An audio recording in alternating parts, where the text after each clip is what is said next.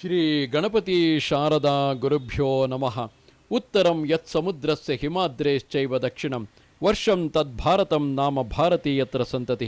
ಶ್ರೋತೃಗಳಿಗೆ ಶ್ರೀ ಸ್ಕಾಂದ ಮಹಾಪುರಾಣದ 3ನೆಯ ಬ್ರಹ್ಮಖಂಡದ ಸೇತು ಮಹಾತ್ಮ್ಯದಲ್ಲಿ ಸೇತು ಗಮನ ಫಲಾದಿ ವರ್ಣನವೆಂಬ ಮೊದಲನೆಯ ಅಧ್ಯಾಯಕ್ಕೆ ಸ್ವಾಗತ. ನೈಮಿಷಾರಣ್ಯವಾಸಿಗಳಾದ ಶೌನಕಾದಿ ಮಹರ್ಷಿಗಳು ಅಷ್ಟಾಂಗ ಯೋಗ ನಿರತರು, ಬ್ರಹ್ಮಜ್ಞಾನ ತತ್ಪರರು ಆಗಿ ಮೋಕ್ಷವನ್ನು ಪಡೆಯ ಬಯಸಿ ಮಮತೆಯನ್ನು ತೊರೆದ ಮಹಾತ್ಮರು, ಬ್ರಹ್ಮ ವಿಚಾರ ಪರರು, ಧರ್ಮಜ್ಞರು, ಅಸೂಯೆ ಇಲ್ಲದವರು, ಸತ್ಯವನ್ನೇ ನುಡಿಯತಕ್ಕವರು, ಇಂದ್ರಿಯಗಳನ್ನು ಜಯಿಸಿ ಕೋಪವನ್ನು ತ್ಯಜಿಸಿ ಸರ್ವ ಪ್ರಾಣಿಗಳಲ್ಲಿಯೂ ದಯೆಯುಳ್ಳವರು ಆಗಿ ಸನಾತನನಾದ ಶ್ರೀಮನ್ ಮಹಾವಿಷ್ಣುವನ್ನು ಪರಮ ಭಕ್ತಿಯಿಂದ ಪೂಜಿಸುತ್ತಾ ಪುಣ್ಯತಮವೂ ಮುಕ್ತಿದಾಯಕವೂ ಆದ ಆ ನೈಮಿಷಾರಣ್ಯದಲ್ಲಿಯೇ ತಪಸ್ಸನ್ನು ಮಾಡುತ್ತಿದ್ದರು. ಅವರೆಲ್ಲರೂ ಒಂದಾನೊಂದು ಸಲ ಸಭೆಗೂಡಿದರು. ಆ ಸಭೆಯಲ್ಲಿ ಅವರು ಪರಸ್ಪರವಾಗಿ ಪಾಪ ಸಂಹಾರಕಗಳಾದ ಪುಣ್ಯ ಕಥೆಗಳನ್ನು ಹೇಳಿಕೊಳ್ಳುತ್ತಲೂ ಭುಕ್ತಿ ಮುಕ್ತಿ ಉಪಾಯಗಳನ್ನು ಪರಸ್ಪರವಾಗಿ ಚರ್ಚಿಸಿಕೊಳ್ಳುತ್ತಲೂ ಇದ್ದರು. ಅಲ್ಲಿ ಸೇರಿದ್ದ ಮಹಾತ್ಮರಾದ ಆ 26,000 ಮಂದಿ ಮಹರ್ಷಿಗಳ ಶಿಷ್ಯ ಪ್ರಶಿಷ್ಯರ ಸಂಖ್ಯೆಯು ಎಣಿಸಲ ಸಾಧ್ಯವಾಗಿದ್ದಿತು.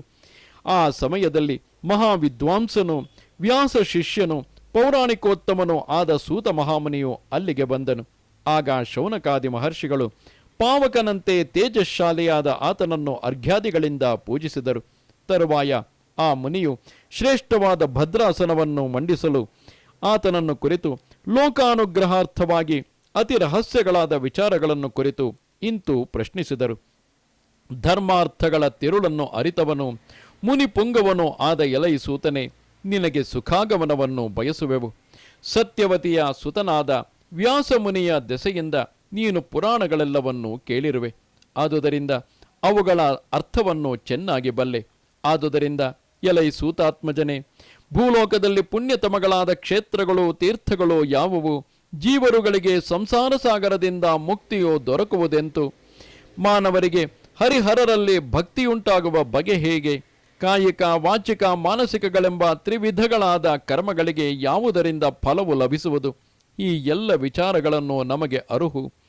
ಗುರುಗಳು ಪ್ರೀತಿಪಾತ್ರನಾದ ಶಿಷ್ಯನಿಗೆ ಅತಿ ರಹಸ್ಯವಾದುದನ್ನಾದರೂ ತಿಳಿಸುವರಲ್ಲವೇ?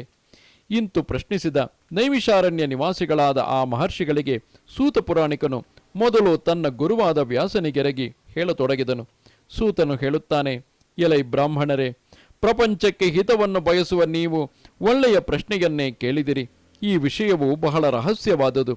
ಮುನ್ನ ಯಾರಿಗೂ ನಾನಿದನ್ನು ಹೇಳಿಲ್ಲವಾದರೂ ಇದೀಗ ನಿಮಗೆ ಹೇಳುವೆನು. ಸಾವಧಾನ ಚಿತ್ತರಾಗಿ ಭಕ್ತಿಯಿಂದ ಕೇಳಿರಿ. ಶ್ರೀರಾಮ ನಿರ್ಮಿತವಾದ ಸೇತುವಿನ ಬಳಿ ಪವಿತ್ರವಾದ ರಾಮೇಶ್ವರವೆಂಬ ಕ್ಷೇತ್ರವೊಂದುಂಟು. ಅದು ಸಕಲ ತೀರ್ಥಕ್ಷೇತ್ರಗಳಲ್ಲಿಯೂ ಉತ್ತಮವಾದುದು. ಆ ರಾಮ ಸೇತುವಿನ ದರ್ಶನ ಮಾತ್ರದಿಂದಲೇ ಸಂಸಾರ ಸಾಗರದಿಂದ ಬಿಡುಗಡೆಯಾಗುವುದು. ಹರಿಹರರಲ್ಲಿ ವಿಶೇಷವಾದ ಭಕ್ತಿಯುಂಟಾಗುವುದು. ಅಂತೆಯೇ ತ್ರಿವಿಧವಾದ ಕರ್ಮಾಚರಣೆಯು ಸಿದ್ಧಿಸುವುದರಲ್ಲಿ ಸಂದೇಹವಿಲ್ಲವು. ಯಾವನು ತನ್ನ ಜೀವಿತಾವಧಿಯಲ್ಲಿ ಒಮ್ಮೆಯಾದರೂ ಭಕ್ತಿಯಿಂದ ರಾಮಸೇತುವನ್ನು ನೋಡುವನೋ ಅವನಿಗೆ ಲಭಿಸುವ ಪುಣ್ಯವನ್ನು ಹೇಳುವೆನು ಕೇಳಿರಿ. ತಾಯಿ ತಂದೆಗಳಿಬ್ಬರ ಕಡೆಯಲ್ಲಿಯೂ 2 ಕೋಟಿ ತಲೆಮಾರುಗಳಿಂದ ಕೂಡಿದವನಾಗಿ 1 ಕಲ್ಪದವರೆಗೂ ಶಂಕರನೊಡನೆ ಕೈಲಾಸದಲ್ಲಿ ನೆಲೆಸಿದ್ದು ಆ ಬಳಿಕ ಮೋಕ್ಷವನ್ನು ಪಡೆಯುತ್ತಾನೆ. ಭೂಮಿಯ ಧೂಳಿಯ ಕಣಗಳನ್ನಾದರೂ ಲೆಕ್ಕಿಸಬಹುದು, ನಕ್ಷತ್ರಗಳನ್ನಾದರೂ ಎಣಿಸಬಹುದು. ಸೇತು ದರ್ಶನದಿಂದ ಉಂಟಾಗುವ ಫಲಗಳನ್ನು ಆದಿಶೇಷನಿಗೂ ಲೆಕ್ಕಿಸಲು ಸಾಧ್ಯವು. ಸೇತು ನಿರ್ಮಾಣವು ಸಮಸ್ತ ದೇವತಾತ್ಮಕವೆಂದು ಹೇಳಲಾಗಿದೆ. ಅದನ್ನು ಕಂಡವನಿಗೆ ಲಭಿಸುವ ಪುಣ್ಯವನ್ನು ಯಾವನು ತಾನೇ ಲೆಕ್ಕಿಸಲು ಶಕ್ತನಾಗುವನು? ಎಲೈ ವಿಪ್ರರೇ, ಮಾನವನು ಸೇತು ದರ್ಶನ ಮಾತ್ರದಿಂದಲೇ ಸಕಲ ಯಾಗಗಳನ್ನು ಮಾಡಿದಂತೆಯೇ, ಸರ್ವ ತೀರ್ಥಗಳಲ್ಲೂ ಮಿಂದಂತೆಯೇ, ಸಮಸ್ತ ತಪಸ್ಸುಗಳನ್ನು ಮಾಡಿದಂತೆಯೇ ಎಂದು ತಿಳಿಯಲ್ಪಡುವನು. ಸೇತುವೆಗೆ ಹೋಗು ಎಂದು ಯಾವನನ್ನಾದರೂ ಪ್ರೇರಿಸಿದವನೂ ಕೂಡ ಆ ಸೇತು ದರ್ಶನದ ಫಲವನ್ನೇ ಪಡೆಯುತ್ತಾನೆ. ಸೇತು ಸ್ನಾನ ಮಾಡುವವನು 7 ಕೋಟಿ ಕುಲಗಳಿಂದ ಕೂಡಿದವನಾಗಿ ವಿಷ್ಣು ಲೋಕವನ್ನು ಪಡೆದು ಅಲ್ಲಿಯೇ ಮೋಕ್ಷವನ್ನು ಪಡೆಯುತ್ತಾನೆ. ಸೇತುವನ್ನು, ರಾಮೇಶ್ವರ ಲಿಂಗವನ್ನು, ಗಂಧಮಾದನ ಪರ್ವತವನ್ನು ಸ್ಮರಿಸತಕ್ಕವನು ಸತ್ಯವಾಗಿಯೂ ಸಮಸ್ತ ಪಾಪಗಳಿಂದಲೂ ಬಿಡುಗಡೆ ಹೊಂದುವನು. ಅವನು ತಾಯ್ತಂದೆಗಳೀರ್ವರ 1,00,000 ಕೋಟಿ ಕುಲಗಳೊಡನೆ ವಿಷ್ಣುಲೋಕವನ್ನು ಹೊಂದಿ ಅಲ್ಲಿಯೂ ಪುನರಾವೃತ್ತಿ ರಹಿತವಾದ ಮೋಕ್ಷವನ್ನೇ ಹೊಂದುತ್ತಾನೆಯಲ್ಲದೆ 3 ಕಲ್ಪಗಳ ಕಾಲ ಶಿವಲೋಕದಲ್ಲಿದ್ದು ಮುಕ್ತನಾಗುವನು. ಸೇತು ಸ್ನಾಯಿಯಾದವನು ಮೂಸೆಯಲ್ಲಿ ನೆಲೆಸುವ ಸ್ಥಿತಿ, ಹೊಸೆಯ ಕೊಳದಲ್ಲಿ ಮೀಯುವುದು, ವೈತರಣಿ ನದಿಯ ದರ್ಶನ, ಮಾಂಸ ಭಕ್ಷಣ, ಮೂತ್ರಪಾನ ಮೊದಲಾದ ನರಕಗಳನ್ನು ನೋಡುವಂತೆಯೇ ಇಲ್ಲವು. ತಪ್ತ ಶೂಲ, ತಪ್ತ ಶಿಲೆ, ಅಮೇಧ್ಯದ ಹೊಂಡ, ಶೋಣಿತ ಕೂಪ ಇವುಗಳನ್ನು ಸೇತು ಸ್ನಾನ ಮಾಡಿದವನು ಕಾಣುವುದೇ ಇಲ್ಲವು. ಸೇತುವನ್ನು ದರ್ಶಿಸುವವನು ಶಾಲ್ಮಲಿ ವೃಕ್ಷಾರೋಹಣವನ್ನು, ರಕ್ತಪಾನವನ್ನು, ಕ್ರಿಮಿ ಭೋಜನವನ್ನು, ತನ್ನ ಮಾಂಸವನ್ನು ತಾನೇ ಕಿತ್ತು ಕಿತ್ತು ತಿನ್ನುವುದು, ಅಗ್ನಿ ಜ್ವಾಲಾ ಪ್ರವೇಶ, ಕಲ್ಲು ಮಳೆ, ಕೆಂಡದ ಮಳೆ, ಕಾಲಸೂತ್ರ, ಕಾರದ ಮತ್ತು ಕುದಿಯುವ ನೀರಿನಲ್ಲಿ ಮುಳುಗುವಿಕೆ ಇವೆಲ್ಲ ನರಕಗಳನ್ನು ಅನುಭವಿಸುವುದಿಲ್ಲವು. ಸೇತು ಸ್ನಾಯಿಯು ಬ್ರಹ್ಮಹತ್ಯಾದಿ ಪಂಚಪಾತಕಗಳನ್ನು ಮಾಡಿದ್ದರೂ ಮಾತಾಪಿತೃಗಳ ಕಡೆಯ 100 ಕೋಟಿ ಕುಲಗಳಿಂದ ಕೂಡಿದವನಾಗಿ 3 ಕಲ್ಪಗಳ ಕಾಲ ವಿಷ್ಣುಲೋಕದಲ್ಲಿದ್ದು ಆ ಬಳಿಕ ಅಲ್ಲಿಯೇ ಮೋಕ್ಷವನ್ನು ಹೊಂದುತ್ತಾನೆ. ಅಧಶಿರ ಶೋಷಣ, ಖಾರದ ನೀರಿನ ಪಾನ, ಕಲ್ಗಾಣದ ಅರೆತ, ಮರುತ್ಪ್ರಪಾತ, ಅಮೇಧ್ಯ ಲೇಪನ, ಗರಗಸದ ಕೊಯ್ಲು, ಅಮೇಧ್ಯ ಭಕ್ಷಣ, ರೇತಃಪಾನ, ಕೀಲ್ಬರೆ, ಕೆಂಡದ ಹಾಸಿಗೆಯಲ್ಲಿ ಹೊರಲಾಟ, ಒನಕೆಯ ಏಟು ಮುಂತಾದ ನರಕಗಳನ್ನು ಸೇತು ಸ್ನಾಯಿಯು ಕಾಣುವಂತೆ, ಅಂದರೆ ಸೇತು ಕ್ಷೇತ್ರದಲ್ಲಿ ಸ್ನಾನ ಮಾಡಿದವನು ಕಾಣುವಂತೆಯೇ ಇಲ್ಲವು. ಸೇತು ಸ್ನಾನ ಮಾಡುವೆನೆಂಬ ಮನಸ್ಸಿನಿಂದ 100 ಹೆಜ್ಜೆಗಳನ್ನಿಟ್ಟವನು ಮಹಾಪಾತಕಗಳಿಂದ ಬಿಡುಗಡೆ ಹೊಂದಿ ಬಗೆ ಬಗೆಯ ಕಾಷ್ಟ ಯಂತ್ರಗಳಿಂದ ಎಳೆತ, ಶಸ್ತ್ರ ಭೇದನ, ಸಿಡಿತದ ತಳ್ಳುವಿಕೆ, ಗದಾ ಪ್ರಹಾರ, ಆನೆಯ ದಂತಗಳ ಏಟುಗಳು, ಅನೇಕ ಬಗೆಯ ಹಾವುಗಳ ಕಡಿತ, ಧೂಮಪಾನ, ಪಾಶಬಂಧನ, ಹಲವಾರು ಶೂಲಗಳ ಇರಿತ, ಕಿವಿ ಬಾಯಿಗಳಲ್ಲಿ ಕಾರದ ನೀರಿನ ಸೇಚನ ಮತ್ತು ಪಾನ, ಕಾಯಿಸಿದ ಸೂಜಿಗಳ ಭಕ್ಷಣೆ ಮುಂತಾದ ನರಕಗಳನ್ನು ಅನುಭವಿಸುವುದಿಲ್ಲವು. ಕಾರದ ನೀರು ತುಂಬಿದ ಹಳ್ಳಗಳಲ್ಲಿ ಮುಳುಗುವಿಕೆ, ಮಲಭೋಜನ, ಮಾಂಸಖಂಡಗಳ ಛೇದನ, ಮಾಂಸಖಂಡಗಳ ಸುಡುವಿಕೆ, ಮೂಳೆಗಳ ಮುರಿತ, ಶ್ಲೇಷ್ಮ ಭಕ್ಷಣ, ವಾಂತಿಯನ್ನು ಕುಡಿಯುವುದು, ಅತಿ ಕಹಿಯನ್ನು ಉಣ್ಣುವುದು, ಹೆಚ್ಚಾಗಿ ಕಾದ ಎಣ್ಣೆಯ ಮತ್ತು ಅತಿ ಕಾರದ ಮತ್ತು ಮೊಗರಿನ ನೀರಿನ ಸ್ನಾನ, ಕಾದ ಕಲ್ಲನ್ನು ನುಂಗುವುದು, ಬಹಳವಾಗಿ ಕಾದ ಮರಳನ್ನು ಮೇಲೆ ಸುರಿಯುವುದು, ಹಲ್ಲಿನ ಮುರಿತ, ಕಾದ ಕಬ್ಬಿಣದ ಮೇಲೆ ಮಲಗುವುದು, ಚೆನ್ನಾಗಿ ಕುದಿದ ನೀರನ್ನೆರಚುವುದು, ಕಣ್ಣು ಬಾಯಿಗಳನ್ನು ಸೂಜಿಗಳಿಂದ ಚುಚ್ಚುವುದು, ವೃಷಣ ಸಮೇತವಾಗಿ ಶಿಷ್ಣಕ್ಕೆ ಕಬ್ಬಿಣದ ಭಾರವನ್ನು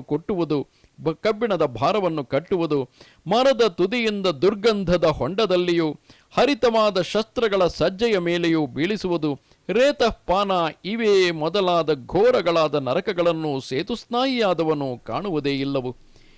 ಎಲೈ ಬ್ರಾಹ್ಮಣ ಶ್ರೇಷ್ಠರೇ, ಸೇತುವಿನ ಮರಳಿನಲ್ಲಿ ಹೊರಲಾಡಿದವನ ಮೈಗೆ ಎಷ್ಟು ಕಣಗಳು ಅಂಟಿರುವವೋ ಅಷ್ಟು ಸಂಖ್ಯೆಯ ಬ್ರಹ್ಮಹತ್ಯಾ ಪಾತಕಗಳು ತೊಲಗಿ ಹೋಗುವವು. ಇದರಲ್ಲಿ ಸಂಶಯವಿಲ್ಲ. ಸೇತುವಿನ ಮೇಲಿನ ಗಾಳಿಯು ಸೋಕಿದವನಿಗೆ 10,000 ಸುರಾಪಾನಗಳ ಪಾಪಗಳು ಕೂಡಲೇ ನಶಿಸುವವು. ಯಾವನು ಸೇತುವಿನ ಬಳಿ ಕ್ಷುರಕರ್ಮವನ್ನು ಮಾಡಿಸಿಕೊಳ್ಳುವನೋ ಅವನು ಕೂಡಲೇ 1000 ಗುರುತಲ್ಪ ಗಮನ ಪಾತಕಗಳಿಂದ ಬಿಡುಗಡೆ ಹೊಂದುವನು. ಪುತ್ರ ಪೌತ್ರಾದಿಗಳು ಯಾವನ ಅಸ್ಥಿಗಳನ್ನು ಸೇತು ಮಧ್ಯದಲ್ಲಿ ಹೂತಿಡುವರೋ ಅವನಿಗೆ 10,000 ಸ್ವರ್ಣಸ್ಥೇಯ ಪಾತಕಗಳು ತೊಲಗಿ ಹೋಗುವವು. ಸೇತುವಿನ ಬಳಿ ಸ್ನಾನ ಮಾಡುವಾಗ ಯಾವನನ್ನಾದರೂ ನೆನೆದುದಾದರೆ ಅವನು ಮಹಾಪಾತಕಿಗಳ ಸಂಘದಿಂದ ಉಂಟಾದ ಪಾಪದಿಂದ ಬಿಡುಗಡೆ ಹೊಂದುವನು. ದಾರಿಯನ್ನು ಕಡಿದು ಹಾಕುವವನು, ತನಗಾಗಿಯೇ ಅಡುಗೆ ಮಾಡಿಕೊಳ್ಳುವವನು, ಯತಿ ಬ್ರಾಹ್ಮಣ ದೂಷಕನು, ಮಿತವಿಲ್ಲದೆ ಯದ್ವಾ ತದ್ವಾ ಊಟ ಮಾಡುವವನು, ವೇದಗಳನ್ನು ಮಾರಿಕೊಳ್ಳುವವನು, ಈ 5 ಬ್ರಹ್ಮಘಾತುಕರು. ಧನಾದಿಗಳನ್ನು ದಾನ ಕೊಡುವೆನೆಂದು ಬ್ರಾಹ್ಮಣರನ್ನು ಕರೆದು ಆ ಬಳಿಕ ಇಲ್ಲವೆಂದು ನುಡಿಯುವವನು, ಒಬ್ಬನಿಂದ ಧರ್ಮಗಳನ್ನು ಕಲಿತು ಬೋಧಕನಾದ ಅವನನ್ನೇ ಜರಿಯುವವನು, ಬ್ರಾಹ್ಮಣರನ್ನು ಅವಮಾನಪಡಿಸುವವನು, ನೀರು ಕುಡಿಯಲು ಬಂದ ದನಗಳನ್ನು ಅಂದರೆ ಗೋವೃಂದವನ್ನು ಜಲಾಶಯದಿಂದ ಅಟ್ಟುವವನು ಬ್ರಹ್ಮಹತ್ಯಾ ಪಾತಕಿಗಳೆಂದು ಗಣಿಸಲಾಗುವರು. ಇವರು ಅಲ್ಲದೆ ಇವರಿಗೆ ಸಮಾನರಾದ ಪಾತಕಿಗಳೂ ಕೂಡ ಸೇತುವಿನ ಬಳಿಗೆ ಬಂದ ಮಾತ್ರದಿಂದಲೇ ನಿಸ್ಸಂಶಯವಾಗಿಯೂ ಪಾಪದಿಂದ ಮುಕ್ತರಾಗುವರು. ಔಪಾಸನವನ್ನು ಬಿಟ್ಟವನು, ದೈವಸ್ವದಿಂದ ಜೀವಿಸುವವನು, ಹೆಂಡ ಕೊಡುಕಿಯ ಸಂಘ ಮಾಡುವವನು, ಸೂಳೆಯ ಸೊತ್ತಿನಿಂದ ಬದುಕುವವನು, ಸಂಘಾನ್ನ ಭೋಜಿಯು, ಪತಿತಾನ್ನ ನಿರತನು, ಸುರಾಪಾಯಿಗಳೆಂದು ಸರ್ವ ಕರ್ಮಗಳಿಗೂ ಬಾಹ್ಯರೆಂದು ಹೇಳಲ್ಪಟ್ಟಿರುವವರು ಇವರು ಮತ್ತು ಇವರಿಗೆ ಸಮಾನರಾದವರು ಸೇತುವನ್ನು ಸೇರಿ ಸ್ನಾನ ಮಾಡಿದಲ್ಲಿ ಪಾಪಗಳಿಂದ ಬಿಡುಗಡೆ ಹೊಂದುತ್ತಾರೆ. ಕಂದಮೂಲ ಫಲಗಳನ್ನು, ಕಸ್ತೂರಿಯನ್ನು, ರೇಷ್ಮೆಯ ಬಟ್ಟೆಗಳನ್ನು, ಹಾಲು, ಗಂಧ, ಕರ್ಪೂರ, ಅಡಿಕೆ, ಜೇನುತುಪ್ಪ, ತುಪ್ಪ, ತಾಮ್ರ, ಕಂಚು, ರುದ್ರಾಕ್ಷಿಗಳು ಮುಂತಾದವುಗಳನ್ನು ಕದಿಯುವವರು ಸ್ವರ್ಣಸ್ಥೇಯಿಗಳೆಂದು ಗಣಿಸಲ್ಪಡುವರು. ಇವರು ಸೇತುವೆಗೆ ಬಂದು ಪಾಪದಿಂದ ಮುಕ್ತಿಯನ್ನು ಪಡೆಯುತ್ತಾರೆ, ಸಂಶಯವಿಲ್ಲ.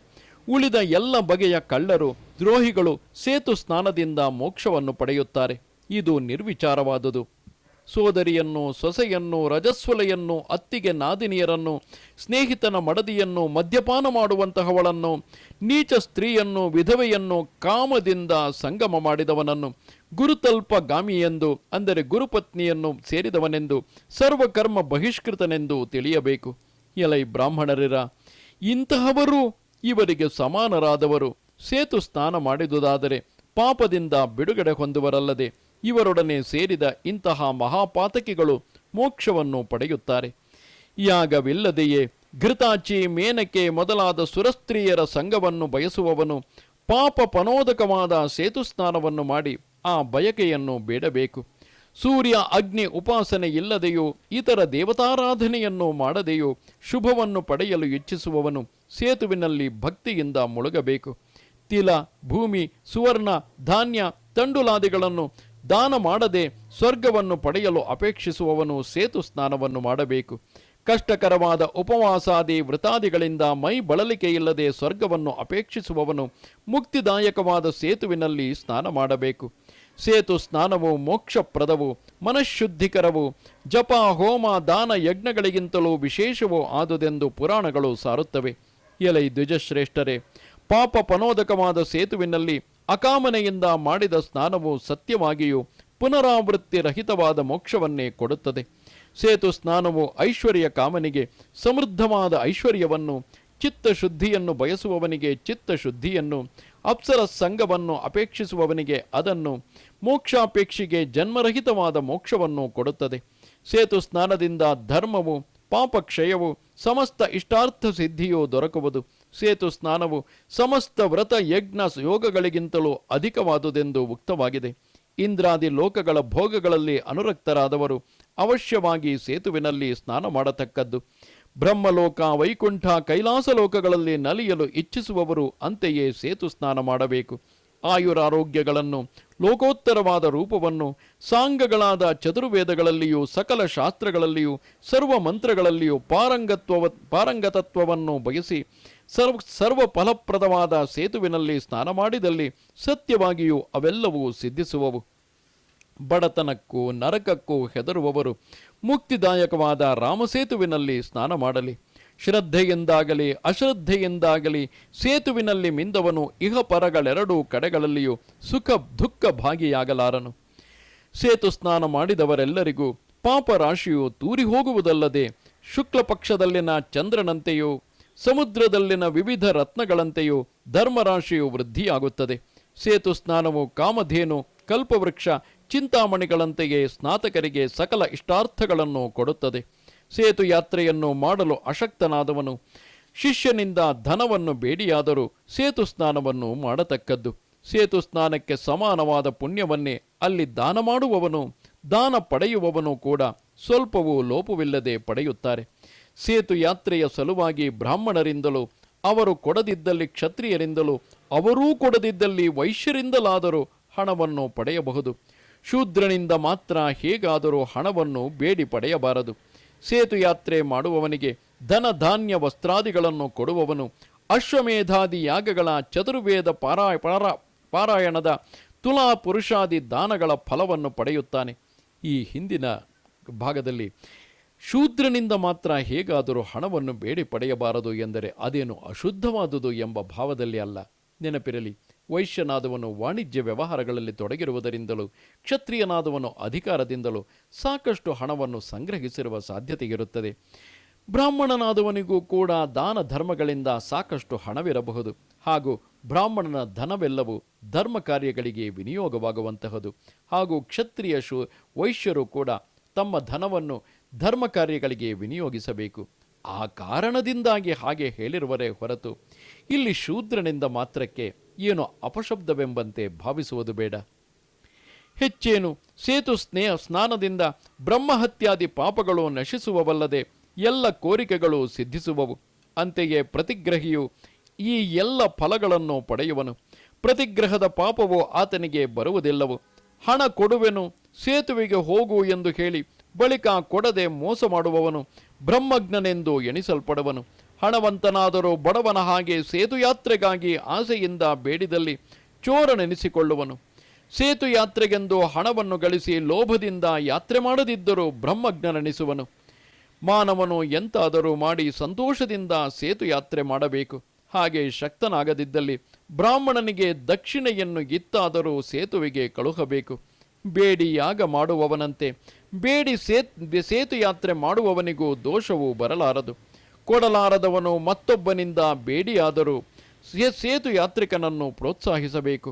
ಅಂತಹವನು ಕೂಡ ಸೇತು ಸ್ನಾಯಿಯಂತೆ ಫಲಭಾಗಿಯಾಗುವನು.